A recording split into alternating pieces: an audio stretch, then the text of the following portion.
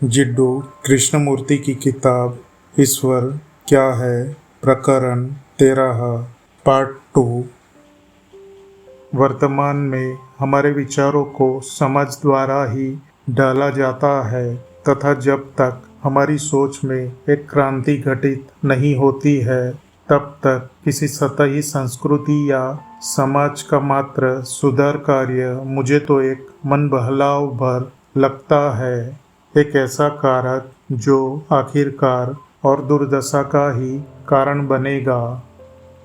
अंततः जिसे हम सभ्यता कहते हैं वह विचार को हिंदू साँचे, ईसाई या साम्यवादी साँचे या वैसे ही किसी और साँचे में डालने की, शिक्षित करने की प्रक्रिया ही है। और क्या इस तरह से शिक्षित की गई सोच कभी भी आधारभूत क्रांति सर्जित कर सकती है? क्या विचार को आकार देने का कोई भी जतन, उस पर पड़ने वाला कोई भी दबाव सत्य के शोध को, उसकी समझ को जन्म दे सकता है?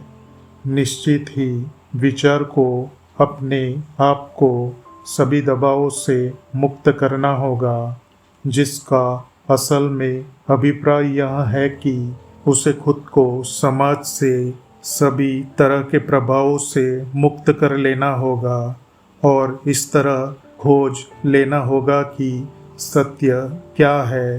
तब उस सत्य की अपनी ही एक क्रिया होगी जो एक पूरी तरह से भिन्न संस्कृति का सूत्रपात करेगी। तात्पर्य यह कि क्या समाज का अस्तित्व यथार्थ के प्रकटन हेतु है या क्या यथार्थ को पाने के लिए व्यक्ति का समाज से मुक्त होना आवश्यक है? यदि समाज यथार्थ को खोज पाने में मनुष्य का सहयोग करता है तब तो समाज के भीतर हर तरह का सुधार अनिवार्य है, किंतु यदि यह उस खोज में एक रुकावट है तो क्या व्यक्ति को समाज से निकल नहीं आना चाहिए और सत्य की खोज में नहीं लग जाना चाहिए? केवल ऐसा व्यक्ति ही वास्तव में धार्मिक है, न कि वह व्यक्ति जो पूजा पाठों का अनुष्ठान किया करता है अथवा जीवन को किन्हीं धर्मशास्त्रीय प्रतिमाओं के अनुसार जीता है। और जब कोई व्यक्ति विशेष स्वयं को समाज से मुक्त कर लेता है और सत्य को खोजता है तो क्या वह अपनी इस खोज में ही एक भिन्न संस्कृति का प्रादुर्भाव नहीं कर रहा होता? मेरी सोच में यह एक महत्वपूर्ण मसला है, क्योंकि हम में से ज़्यादातर लोगों का सरोकार महज सुधार ले आने से है।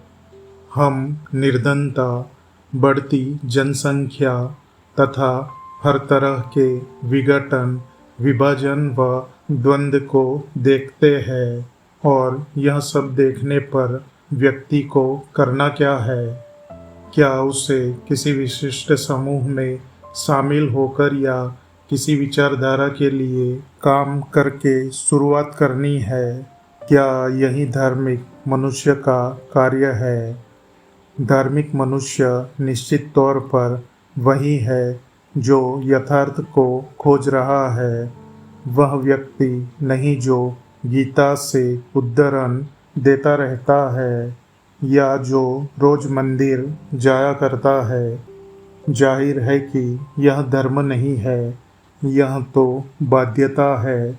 समाज द्वारा विचारों को संस्कारग्रस्त करना है तो मनुष्य क्या करे जो इस बारे में संजीदा है, जो एक अविलंब क्रांति के घटित होने की आवश्यकता को देखता है, उस क्रांति की अभिप्यासा से युक्त है? क्या वह समाज के ढांचे के भीतर ही सुधार के लिए कार्य करे?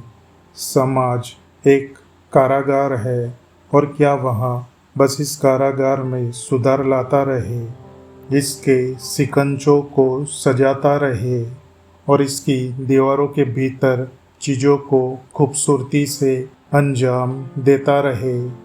निश्चित रूप से वही मनुष्य जो सचमुच ही गंभीर है, जो खरे अर्थों में धार्मिक है, वही एकमात्र क्रांतिकारी है और कोई नहीं।